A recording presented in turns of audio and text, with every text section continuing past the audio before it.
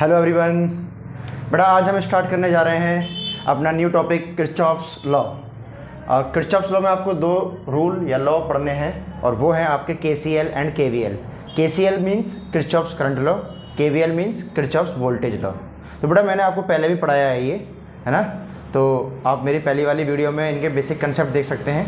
आज मैं आपको न्यूमेरिकल्स कराऊंगा कि केवीएल केसीएल पर किस तरीके के न्यूमेरिकल बोर्ड में आते रहते हैं, राइट। तो देखिएगा मैंने आपको ना एक न्यूमेरिकल यहाँ पर लिख रखा है और न्यूमेरिकल है बच्चे, determine the current in each branch of the network shown in the figure.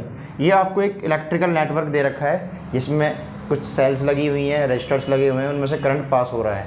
तो बेटा आपको हर एक ब्रांच में करंट की वैल्यू फाइंड आउट करनी है बाय यूजिंग केवीएल, राइट। तो बच्चे केवीएल केसीएल पढ़ाने से पहले एक बार मैं आपको फिर से बेसिक पढ़ा देता हूँ है क्या लॉज, है ना। तो केसीएल में ये बोला गया है कि किसी भी एक पर्टिकुलर नोड पर जितने भी आने वाले करंट का सम है किसके इक्विवेलेंट होता है, जाने वाले करंट के इक्विवेलेंट होता है। तो मान लीजिएगा यहाँ पर ऐसे I1 I2 और ये इस तरीके से करंट हमने दिखा रखे हैं, है ना। मैं इनकी नेमिंग कर देता हूँ। ये I1 है, ये I2 है, ये I3 है, ये I4 हो गया, ये I5, ये I6। तो केसीएल ये कहता है कि जितने भी इनकमिंग करंट्स हैं, मतलब आने वाले करंट्स हैं, तो कौन कौन से आने वाले currents, I1 plus I2 plus I4 plus I6, the sum of all incoming currents is equal to the sum of all outgoing currents. Outgoing currents कौन कौन से हैं, I3 एंड I5, ठीक है बच्चों। तो ये बोला गया है केसीएल में the sum of all incoming currents is equal to the sum of all outgoing current, और वी कैन से the algebraic sum of all currents eight a particular node will be 0। या फिर हम ये भी कह सकते हैं कि इस नोड पर आने वाले करंट और जाने वाले करंट का सम किसके इक्विवेलेंट होता है बच्चों, 0 के बराबर होता है। और ये कंजर्वेशन ऑफ चार्ज को भी फॉलो कर रहा होता है केसीएल, राइट। और केवीएल में क्या होता है, केवीएल में ये कहते हैं कि किसी भी एक लूप के अंदर जितने भी वोल्टेज ड्रॉप हैं, या फिर we can say algebraic sum of all voltage drop inside a loop will be 0। तो यहाँ पर summation of all voltage drop will be 0। KCL में क्या होता है, summation of I equal to 0। ये आपका कंजर्वेशन ऑफ चार्ज को फॉलो कर रहा होता है, ये कंजर्वेशन ऑफ एनर्जी को फॉलो कर रहा होता है। ये भी आपसे 1 मार्क्स में पूछा जा सकता है कि केसीएल किसको फॉलो करता है, कंजर्वेशन ऑफ चार्ज। केवीएल किसको फॉलो कर रहा होता है, कंजर्वेशन ऑफ एनर्जी, राइट। तो आई होप आपको समझ में आ गया होगा केसीएल केवीएल है क्या। अब इन पर बेस्ड कुछ क्वेश्चंस हैं, देखिए।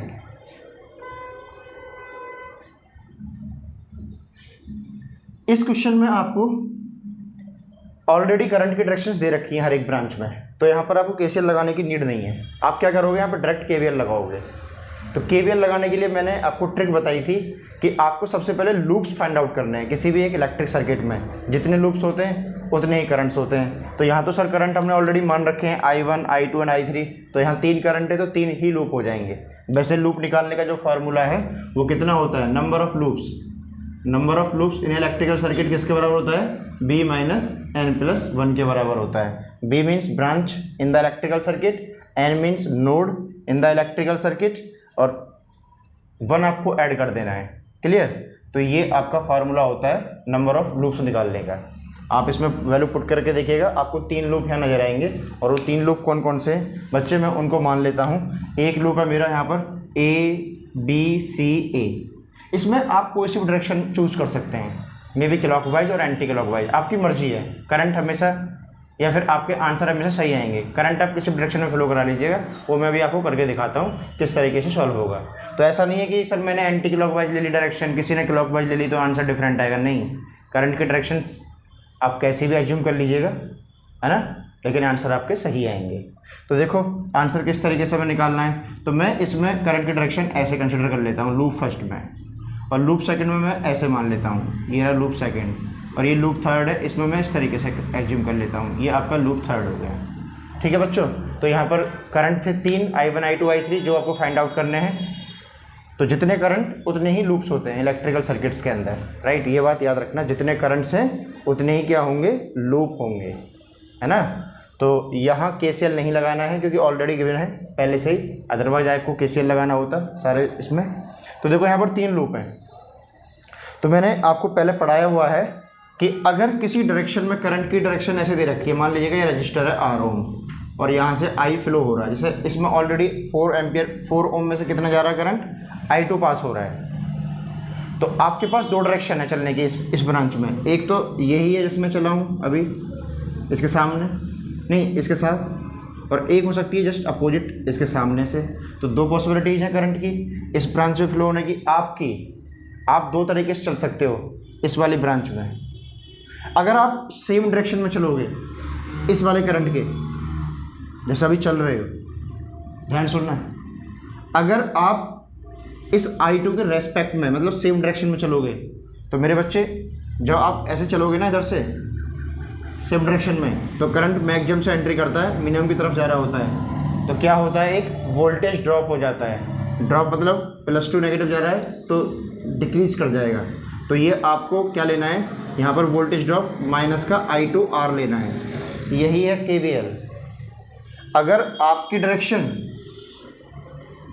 ग्रीन वाली और रियल डायरेक्शन मैंडेटरी करंट की डायरेक्शन अगर सेम हो जाए, रेड एंड ये वाली डायरेक्शन अगर सेम हो गई, तो यहाँ पर क्या होगा बेटा, ये वोल्टेज जो लोगे आप वोल्टेज ड्रॉप माइनस का I2R2 लोगे। अगर अभी करंट तो ऐसे ही जा रहा है I2 सर, लेकिन अगर आप इसके सामने से आ जाओ, जस्ट अपोजिट साइड में आ जाओ इधर से, तो अब क्या होगा, अब नेगेटिव से पॉजिटिव जा रहे हो, तो क्या हो रहा है बेटा, ये रेज कर रहा है पोटेंशियल। तो यहाँ पर जो वोल्टेज ड्रॉप होगा वो हो जाएगा I2 × R। तो मेरा कहने का मतलब ये है बच्चों, अगर आप किसी ब्रांच में से सामने से आ जाएं करंट के, जैसे I2 के सामने आ गए, तो वोल्टेज ड्रॉप पॉजिटिव लेना है। और अगर आप I2 की ही सेम डायरेक्शन में चले गए तो वोल्टेज ड्रॉप नेगेटिव हो जाना है। वी कैन से, अगर मैंडेटरी करंट और मेरे चलने की डायरेक्शन अगर सेम हो जाएगी तो मैं करंट को नेगेटिव लूँगा। मैंडेटरी करंट और मेरे चलने वाला करंट अगर सामने से आ जाए तो मैंडेटरी करंट आपको पॉजिटिव लेना है। ठीक है बच्चे, अगर दोनों करंट सेम डायरेक्शन में तो I2 पॉजिटिव, रियल करंट और मेरा वाला करंट अगर डायरेक्शन सामने से आ जाए तो करंट पॉजिटिव लेना है। सॉरी अगर ये वाला करंट और मेरी डायरेक्शन अगर सेम रहेगी तो करंट बेटा क्या रहेगा, नेगेटिव। ये वाला करंट और मेरी डायरेक्शन इसके सामने जाएगी तो करंट क्या रहेगा, पॉजिटिव। बस आप इतना याद रखिएगा, है ना। और सेल का और समझ लो, अगर सेल इस तरीके से लगी हुई है सर्किट में, आप इधर से जा रहे हो तो बेटा इस वोल्टेज को आप या ई को दूसरा वाला टर्मिनल दिखेंगे तो पॉजिटिव लेंगे, और अगर इनकेस आप इधर से आ रहे हो तो आप इस पॉजिटिव को लोगे। फिर सुनो, अगर किसी सर्किट में एक सेल लगी हुई है और आप इधर से चल रहे हो तो आप सेकंड टर्मिनल दिखेंगे, सेकंड टर्मिनल छोटा है नेगेटिव है तो ई माइनस का लेंगे, इधर से आ रहे हो तो ई प्लस का लेंगे। ये आपका KVL है। तो चलो बच्चों इस क्वेश्चन को सॉल्व कर लेते हैं, देखिएगा। तो मैंने अभी यहाँ पर 3 लूप है मेरे पास, उन 3 लूप को देखिएगा।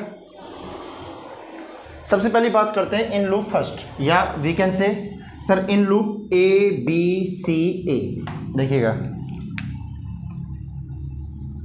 इन लूप ABCA यहाँ से चले थे यहीं तक आ गए, और ये भी कह सकते हैं इन लूप फर्स्ट, कोई सा भी आप लिख सकते हैं पेपर में। ठीक है, तो बेटा मैं यहाँ से चलना शुरू कर रहा हूँ। तो यहाँ से चलना शुरू करोगे तो देखो करंट इस तरीके से फ्लो कर रहा है, और आपकी डायरेक्शन भी क्या है, इसी की सेम डायरेक्शन में। आपकी डायरेक्शन है ऐसे ग्रीन वाली, तो आप इस तरीके से चल रहे हो इस पाथ पर, तो आपकी डायरेक्शन और इस करंट की डायरेक्शन क्या होगी, सेम हो गई। तो सेम पर क्या होता है बेटा, ये यहाँ से क्या कर जाएगा, ड्रॉप कर जाएगा। मैंने बताया था आपकी डायरेक्शन करंट की डायरेक्शन सेम होगी तो आप इस करंट को क्या लोगे, नेगेटिव। तो कितना हो जाएगा, माइनस का 4I2, एक वोल्टेज ड्रॉप ये हो गया। अगला आप यहाँ आ गए तो देखो रेड वाला करंट नीचे जा रहा है I2 + I3, और आप भी ऐसे ही आ रहे हो, तो ये करंट क्या हो जाएगा, नेगेटिव। तो मेरे बच्चे करंट नेगेटिव हो जाएगा तो माइनस का लिख देंगे यहाँ पर, माइनस का कितना, I2 + I3 × R। अब देखिए यहाँ पर आना है, अब आपको, आप ऐसे आ रहे हैं, ग्रीन कलर आप ऐसे आ रहे हैं और करंट भी रेड कलर वाला ऐसे ही आ रहा है, तो आपकी डायरेक्शन और करंट की डायरेक्शन सेम होने पर ये करंट कैसा हो जाएगा, नेगेटिव।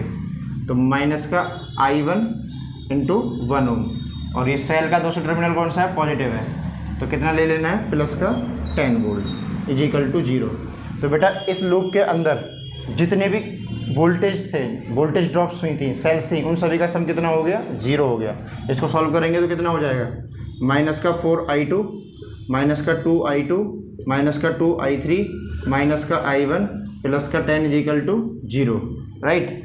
तो मेरे बच्चे कितना हो जाएगा? ये माइनस का i1, ये कितना हो गया? 4 और 2 6i2 माइनस का 2i3 और ये इधर जाके हो जाएगा माइनस का 10। तो आप एक काम करिए, माइनस कॉमन ले लीजिएगा तो बचेगा i1 प्लस का 6i2 प्लस का i3 is equal to 10, equation number 1। ठीक है बच्चों, आपने ये माइनस कॉमन ले लिया दोनों में से तो कैंसिल हो जाएंगे। ये i1 बचेगा, ये 6i2, ये 2i3 और equal to 10। This is the equation number 1। ऐसे ही आप इस वाले में लगाइएगा डायरेक्शन, लूप ले लीजिएगा तो यहाँ पे लिख दीजिएगा इन लूप 2 या फिर सेकंड है ना बच्चे, सेकंड लिख देंगे, या फिर आप ये कह सकते हैं कि ADCA। तो यहाँ पे क्या करना है बच्चों, आप यहाँ से चलिए तो देखो आपकी डायरेक्शन ग्रीन कलर की भी ऐसे ही है और करंट की भी ऐसे ही है। तो करंट क्या हो जाएगा? नेगेटिव। तो नेगेटिव करने के लिए आप क्या करोगे बेटा? माइनस का 4i1 माइनस का i2। अब देखिए आप ऐसे जा रहे हैं और करंट ऊपर से आ रहा है तो ऐड हो जाएगा इस कंडीशन में। अगर अपोजिट करंट्स होते हैं तो ऐड हो जाते हैं। तो कितना कर देंगे बच्चे यहाँ पर? 2i2 प्लस i3 माइनस का i1। अब यहाँ आइएगा, आप इस तरीके से जा रहे हैं और रेड करंट भी इस तरीके से जा रहा है तो ये क्या हो जाएगा? माइनस हो जाएगा। तो माइनस का i1 इंटू 1 और ये हो जाएगा प्लस का 10 इज इक्वल टू 0। तो बच्चे इनको सॉल्व करो। माइनस का 4i1 प्लस का 4i2 माइनस प्लस का 2i2 प्लस का 2i3 माइनस का 2i1 माइनस का i1 प्लस का 10। एक बार फिर सुन लीजिएगा, इसकी मल्टीप्लाई करेंगे तो माइनस का हो जाएगा, ये माइनस माइनस प्लस हो जाएगा, ये 2i2 2i3 माइनस का 2i1 माइनस का i1 plus 10 is equal to 0। तो बच्चे यहाँ i1 को ऐड कर लो। एक i1 आपका ये है, एक i1 आपका ये है, एक i1 ये है। तो i1 की 3 और 3 और 4 माइनस का 7i1। ठीक है, अब देखो आप i2 ऐड कर लीजिएगा। तो बच्चे i2 कितना हो गया? 4 to 6i2। ठीक है, अब i3 ऐड कर लीजिएगा। i3 तो आपका यही है बस 2i3 और ये हो जाएगा प्लस का 10 इज इक्वल टू 0। ठीक है बच्चों, तो ये आपकी इक्वेशन बन गई एक। यहाँ से माइनस का 7i1 प्लस का 6i2 प्लस का 2i3 is equal to minus का 10 और माइनस कॉमन ले लेंगे तो बचेगा 7i1 माइनस माइनस प्लस हो जाएगा, ये प्लस माइनस में कॉमन ले रहे हैं, माइनस का 2i3 is equal to 10, equation number 2।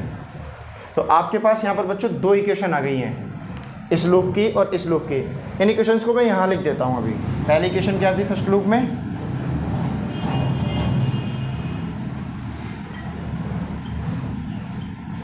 देखिए कितना है?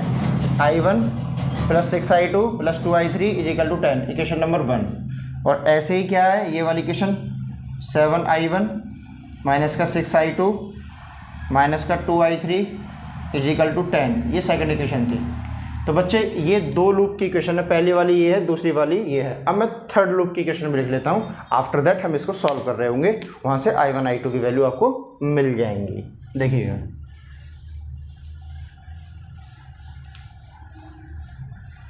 नेक्स्ट इक्वेशन है बच्चों आपकी इस वाले लूप की। तो लिख देंगे इन लूप थर्ड।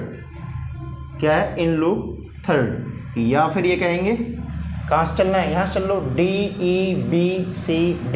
कितना है? DEBCD। तो बेटा चलो यहाँ से, तो पहली सेल पढ़िए, पॉजिटिव टर्मिनल पढ़ रहा है ये, दूसरा वाला। तो क्या लेंगे? प्लस का 5 वोल्ट। ठीक है, अब आप इधर आइएगा। अब ऊपर से आप नीचे की तरफ आ रहे हैं, देखो ऐसे नीचे की तरफ आ रहे हैं और करंट भी क्या है? नीचे की तरफ ही आ रहा है, रेड कलर। दोनों की डायरेक्शन सेम। तो क्या कहेंगे? ये करंट क्या हो जाएगा बेटा? नेगेटिव। तो माइनस का 2i2 प्लस i3। अब आइए यहाँ पर, आप भी ऐसे ही आ रहे हैं और करंट भी ऐसे ही आ रहा है। तो बेटा करंट क्या हो जाएगा? नेगेटिव। माइनस का 2i2 प्लस का i3 माइनस का i1 इज इक्वल टू 0। तो लग गया KVL इसमें। तो अब देखो आगे, ये हो जाएगा आपका 5 माइनस का 2i2 माइनस का 2i3 माइनस का 2i2 माइनस का 2i3 और प्लस का 2i1 इज इक्वल टू 0। देखो मैंने इसे मल्टीप्लाई कर दी, 5 ऐसे लिख दिया, माइनस का 2i2 माइनस का 2i3 माइनस का 2i2 माइनस का 2i3 और माइनस माइनस प्लस 2i1। इनको ऐड कर लो बेटा, तो ये तो 2i1 हो गया, i2 ये कितने हो जाएंगे, 2 और 2 4i2। अब i3 कितना हो गया, 2 और 2 4i3 और एक तो हो गया 5 और तो कुछ है नहीं, ये बचा 5 इज इक्वल टू 0। इस 5 को इधर ले जाइए तो क्या बचेगा, 2i1 माइनस का 4i2 माइनस का 4i3 is equal to minus का 5। तो बच्चे ये -5 आपकी वैल्यू आ गई, ये होगी आपकी इक्वेशन नंबर 3। अब क्या करेंगे कि यहाँ पर जब आपको 3 इक्वेशन मिल जाएंगी तो बेटा आप इनका यूटिलाइज करेंगे, है ना। 3 वेरिएबल इक्वेशन है, आपने 10th क्लास तक कितनी पढ़ रखी है, 2 वेरिएबल इक्वेशन पढ़ रखी थी मैथमेटिक्स में, जिसमें हम एलिमिनेशन या फिर सब्स्टिट्यूशन या क्रॉस मल्टीप्लिकेशन से उनको सॉल्व कर रहे होते हैं। यहाँ पर क्या है, i1 i2 i3, मतलब कि यहाँ पर 3 वेरिएबल वैल्यूज़ हैं, इनकी वैल्यू आपको फाइंड आउट करनी है। तो पहले लूप की इक्वेशन ये है, दूसरे की ये है और थर्ड इक्वेशन ये है। तो बच्चे देखिए इनको सॉल्व कैसे करते हैं, ठीक है, मैं कराता हूँ, फिर हम सारी ब्रांच में करंट फाइंड आउट कर रहे होंगे, ठीक है। तो यहाँ पर वैसे ये मैथमेटिक्स का पार्ट है, आप भी इसको सॉल्व कर सकते हो, है ना। तो ये कितना हो जाएगा, 2i1 माइनस का 4i2 माइनस का 4i3 is equal to minus का 5। ये थर्ड इक्वेशन हो गई। बच्चे बेसिक चीज़ क्या थी केवीएल केसीएल में, आपको ये देखना था कि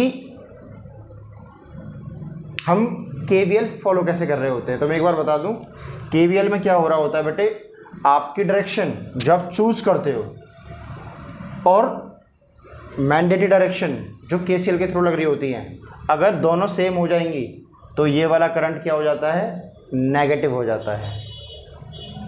आपकी डायरेक्शन अगर इसके सामने आ जाए मैंडेटरी करंट के, तो ये वाला करंट क्या हो जाएगा, पॉजिटिव हो जाएगा, ठीक है। बस इतना याद रखो, फिर तो न्यूमेरिकल इजी है ये, ठीक है। और सेल का दूसरा वाला टर्मिनल देख रहे होते हम चल रहे हैं। तो मैंने आपको तीनों में केवीएल लगा के दिखाया, 3 इक्वेशन हमें यहाँ पर मिल गई। आप इन तीनों इक्वेशन को सॉल्व कर लीजिएगा तो आपको आंसर मिल जाएगा। तो मैं यहाँ पर देखूँ तो मेरे बच्चे इन तीनों को सॉल्व करके जो ये इक्वेशंस हैं, ये आपके लिए थोड़ा सा टास्क है, आप इसको सॉल्व कीजिएगा। मैथमेटिक्स की ये कैलकुलेशंस आप कर लोगे, आई होप। तो बेटा यहाँ पर first second and third equation को सॉल्व करोगे तो इससे जो I1 आएगा वो I1 आ जाएगा बेटा 2.5 एम्पियर। I2 की जो वैल्यू आएगी इस क्वेश्चन में वो होगी 5/8 एम्पियर और I3 जो हो जाएगा मेरे बच्चे वो हो जाएगा 15/8 एम्पियर। तो ये 3 करंट हैं और ये NCERT का भी क्वेश्चन है, एग्जाम्पल दे रखा है NCERT में, आप वहाँ से भी देख सकते हैं, ठीक है बच्चों। I1 I2 I3। तो अब आपसे कह रहा है कि determine the currents in each branch of the network as shown in the figure. तो इस ब्रांच में कितना जाएगा, IAB मेरे बच्चे, IAB, इसमें I2 है तो I2 की वैल्यू हो जाएगी 5/8 एम्पियर। अब बात करेंगे ब्रांच BC में, तो बेटा IBC कितना हो जाएगा, IBC में है I2 प्लस I3, तो I2 की वैल्यू है 5/8 और I3 की वैल्यू 15/8, तो बेटा हो जाएगा 20/8 एम्पियर, ठीक है। इस ब्रांच में देखिएगा IAD, तो ये हो जाएगा I1 माइनस का I2। तो बच्चा I1 कितना है, ये है आपका 2.5, तो इसको मैं 5/2 भी लिख सकता हूँ, है ना। और I2 की वैल्यू कितनी है बेटा, 5/8। इसको सॉल्व कर लो, तो सॉल्व करने के बाद जो वैल्यू आएगी आप इसका एलसीएम ले लीजिएगा। 2 2 4 जाएगा तो 4 2 जाएगा, तो इसका एलसीएम ही हो जाएगा, 2 से 4 बार जाएगा, 4 पंजे 20 और ये 5, कितना बचा 15/8 एम्पियर आ जाएगा इसमें, इस वाली ब्रांच में, ठीक है। अब इसके बाद देखिएगा और दूसरा एक ब्रांच बची आपकी ये वाली, इसमें ये I2 प्लस I3 माइनस का बना है। तो I2 कितना दे रखा है, आप ICD देखेंगे, ICD, तो बेटा I2 दे रखा है आपको 5/8 प्लस 15/8 और माइनस का I1 बेटा ये आपका 5/2 भी है, तो यहाँ पर 5/2 लिख देंगे तो ये 8 एलसीएम आ जाएगा। 5 प्लस 15 माइनस का 2 से 4 और 4 पंजे 20।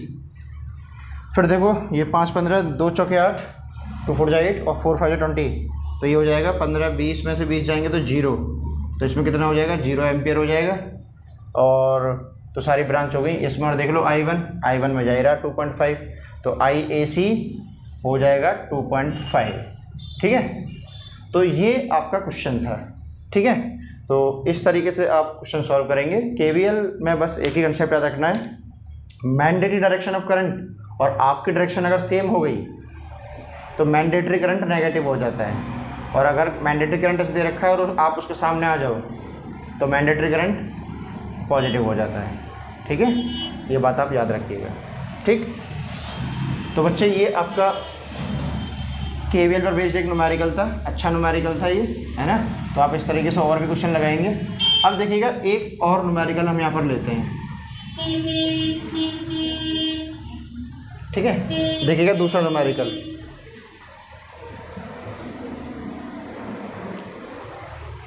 आपको मैं एक क्यूब देता हूँ,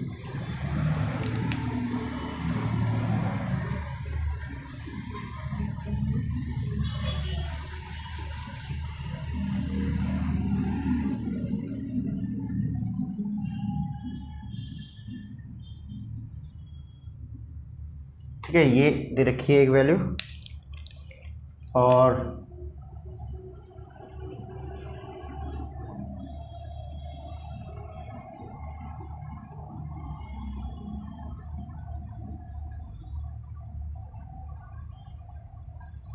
इस तरीके से क्यूब दे रखा है, और आपसे बोल रहा है कि इसमें करंट पास कराइएगा सारे में, यहाँ से यहाँ तक, है ना। तो बच्चे अगर यहाँ से I करंट देंगे, ये मान लो किसी एक सेल से कनेक्ट है इधर साइड, ऐसे ऐसे, है ना। तो यहाँ से I करंट देना है बेटा आपको, और यहाँ I चाहिए आपको। तो आप क्या करोगे, ये I इस नोड पे जाकर 3 पार्ट में डिवाइड हो जाएगा, एक यहाँ, एक यहाँ और एक यहाँ। तो KCL जब यहाँ पर लगाओगे तो कितना हो जाएगा, ये I/3, इसमें कितना चला जाएगा, ये I/3, और इस ब्रांच में कितना चला जाएगा, I/3। तो बेटा ये इनकमिंग करंट इन तीनों करंट के सम के बराबर है इस नोड पर।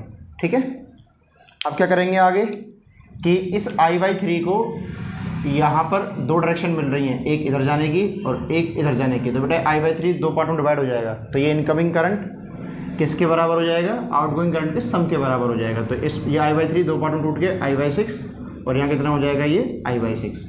ठीक है बच्चे, इस नोड पर इनकमिंग करंट किसके बराबर है, सम ऑफ ऑल आउटगोइंग करंट्स के बराबर है ना। अब देखो और आगे कि सर अगर ये I/3 आ रहा है यहाँ पर, तो ये कितने पार्ट में डिवाइड हो जाएगा, दो पार्ट में डिवाइड हो रहा है, एक यहाँ और एक यहाँ। तो बेटा I/3 को हम I/6 और इस वाले में क्या बोल देंगे, I/6 बोल देंगे। ठीक है, तो अब देखो ये I/3 आ रहा है, I/6 आ रहा है ऊपर से इस नोड के लिए, और ये I/6 आ रहा है इस नोड के लिए। तो बच्चे कितना करंट जाएगा, दोनों ये इनकमिंग करंट है इस नोड पर, तो जुड़ के हो जाएंगे ये I/3, और यहाँ तक जाएगा आपका I/3। ऐसे ही आप यहाँ देखिएगा कि ये सर I/3 आ रहा है, तो इसके लिए भी दो डायरेक्शन है। तो I/3 इस पर कितना हो जाएगा, I/6, और यहाँ तक कितना हो जाएगा मेरे बच्चे, ये I/6। ठीक है, तो देखो ये I/6 और ये I/6 इस नोड पर आउटगोइंग करंट के बराबर हो जाएगा I/3 के बराबर। ऐसे ही ये वाला I/6 और ये वाला I/6 इस पर कितना हो जाएगा, I/3 के बराबर हो जाएगा। तो बच्चे जितना करंट आ रहा है I/3 और ये भी I/3 इस नोड पर, इन तीनों को ऐड करूँगा I/3 तो कितना जाएगा, I जाएगा। तो जितना आपने करंट दिया था उतना ही करंट आपने निकाल दिया। तो बेटा ये KCL पर एक छोटा सा अच्छा सा प्यारा सा क्वेश्चन था, है ना, इंपॉर्टेंट क्वेश्चन है ये। अब बात करते हैं हम यहाँ पर आगे कि सर अगर एक क्यूब में आइडेंटिकल क्यूब है, उसके हर एक ब्रांच में रजिस्टर लगा हुआ है R ओम का। ठीक है, इन सारी ब्रांच में कितने रजिस्टर है, मान लीजिएगा R ओम का है, यहाँ भी कितने का है, R ओम का है, यहाँ भी कितना है, R ओम का है। और आपसे पूछ लिया जाता है कि आप बताइएगा इसका टोटल रेजिस्टेंस कितना होगा। ठीक है बच्चों, तो देखो टोटल रेजिस्टेंस जो होगा इसका, टोटल रेजिस्टेंस पता किस तरीके से निकालेंगे, आप इसके आउटर साइड को कंसीडर कर लीजिएगा। तो यहाँ पर भी एक R लगा हुआ है, ठीक है, ये तीनों किस में दिख रहे हैं आपको, सीरीज में दिख रहे हैं। तो बेटा ये एंड मान लो A और ये एंड मान लो आप B।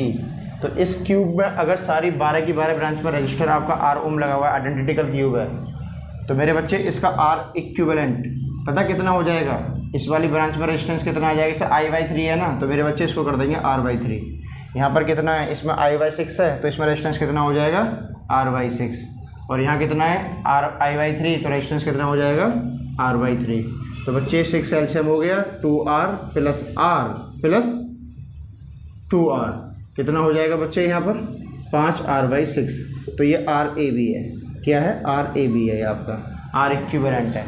तो क्यूब का टोटल रेजिस्टेंस जो होता है वो होता है 5r/6। मान लीजिएगा एक क्वेश्चन मैं आपको देता हूँ कि आपको किसी ब्रांच का रेजिस्टेंस दे रखा है 6 ओम और टोटल रेजिस्टेंस पूछ लिया क्यूब का, तो आप किसी ब्रांच का एक रेजिस्टेंस यहाँ ले देंगे तो इसका R इक्वल 5 × 6/6, तो मेरे बच्चे कितना आ जाएगा 5 ओम आ जाएगा। ठीक है, तो आप याद रखना कि एक क्यूब का टोटल रेजिस्टेंस 5r/6 होता है। ठीक है, R है resistance of the branch of the cube. I hope आपको KCL KVL पर न्यूमेरिकल अच्छे लगे होंगे, है ना। तो बड़ा और भी अच्छे न्यूमेरिकल के साथ नेक्स्ट क्लास में आते हैं। आज के लिए इतना ही। Thank you, have a good day.